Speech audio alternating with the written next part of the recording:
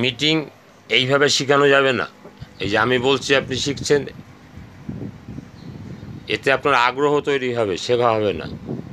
মিটিংয়ে এসে মিটিং শিখতে হয়। যখন আপনি মিটিংয়ে আসবেন তখন আপনাকে হয়তো আমি ডাকলাম, এই ভাই বাবু ওদিকে আসো, আসলেন, বলো তো 2-4 লাইন তুমি কিভাবে এই কাজটার মধ্যে আসলে। ও তো জানে ও কীভাবে কাজটার মধ্যে আসলো, সেইটুকু বলবে। আর সবাইকে বললো এই ভালো লাগলে হাততালি দাও, আর সবাই হাততালি দেবে, ওর জোশ বাড়বে। এরকমভাবে 3-4 দিন বলতে দিলেই ও বক্তা হয়ে যাবে। কিন্তু তাই মিটিংয়ে আসলেই মিটিং শেখানো যায়, বক্তা তৈরি করা যায়, না হলে হয় না। তাই শুনে শুনে আগ্রহ বাড়বে। বক্তা হতে গেলে আপনাকে মিটিংয়ে আসতে হবে, সিনিয়রের সংস্পর্শে এসে আপনাকে বক্তব্য শিখতে হবে, সাহস বাড়াতে হবে।